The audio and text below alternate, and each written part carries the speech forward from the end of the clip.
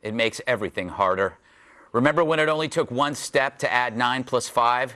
Now you can take the scenic route, because according to this Common Core helper video, young learners aren't altogether comfortable with 9 plus 6. So our young learners might not be altogether comfortable thinking about what 9 plus 6 is. They are quite comfortable thinking about their friend 10. 10 is emphasized in our young grades as we're working in a base 10 system. So if we can partner 9 to a number and anchor 10, we can help our students see what 9 plus 6 is.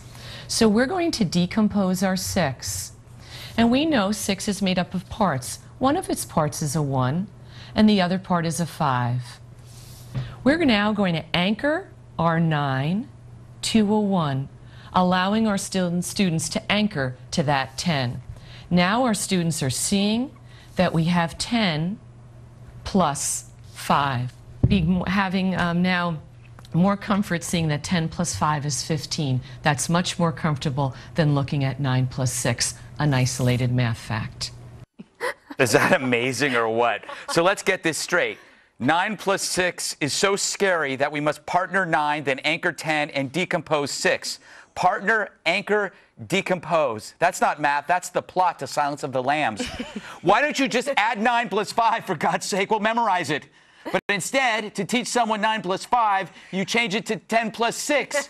Using this logic, if you want to teach me to fish, first teach me to fly a kite.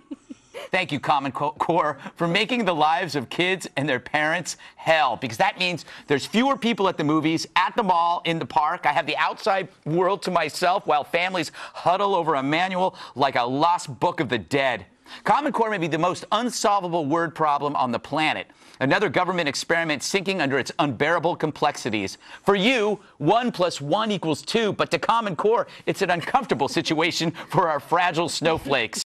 So partner, anchor, decompose. It sounds like a horrible month at sea. I'm so glad I don't have kids. It's court-ordered, but still.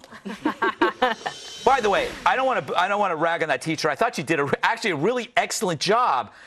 But Dana, what she did was basically explain what you do in your head after you've memorized it. Yeah, I was trying to remember in the commercial break, how did we learn how to do it? And I guess it was just memorization. Yeah, or you count. I use these things. They're called my fingers, and then you would count. I guess I'm a more. Yeah. Do you know why 6 was afraid of 7? Because 7, 8, 9. That's funny. Dana, please. That's how you know. You just killed the whole segment with that joke. Eric, you're I think Eric, aside from Bob, are the only parent. Yeah. You are merciless. That you know of. Yeah, mercilessly. Yes. Times tables. This is worse for parents, though, right? This is because we don't understand it. So when your kid comes and says, "Dad, what's 15 minus 8?" and you go, I'm not sure who the anchor is or who the composer is. It's terrible. Just get back to the multiplication tables, memorize them, rote memorization. That's how we learn. I have a 16-year-old son. When we were around 6 or 7, when he was 6 or 7, we started with that. I also taught him the squares. Square of 1 square, 2 square, 3 square, all the way up to 25. He memorized it under the age of 8. Mm-hmm. And to this day, it's just whatever it does at that age. And he was the math student of the month last year. What's the square root of 25? Out of curiosity. Of 25? 225, it's 15, but whatever. I don't, listen, first of all, I couldn't sit in this woman's class because I'd be bored to death. And I still don't understand what she was saying. I mean, it's still 9-6. Is it 9-6? Yeah. 9-6. Yes, 15. This goes back to my pet peeve about having tests that are nationwide, that one fits all. It does not work that way. You have to learn to teach individually.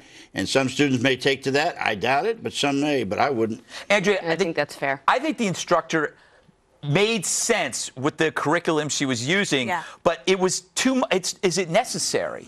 You're asking a girl who took Algebra 1 3 times. So I didn't know what they were saying under traditional. I did have a study buddy. I had plenty of study buddies and tutors. It didn't work. I can't imagine being in Common Core. But I do think Bob hits on something. I don't think it's that the standards are too high for Common Core. I actually think that's the one redeeming thing about them. I do think it's that it's being implemented on a national level, and I think that is a problem. But we do want our kids challenged. Maybe this was just a bad example.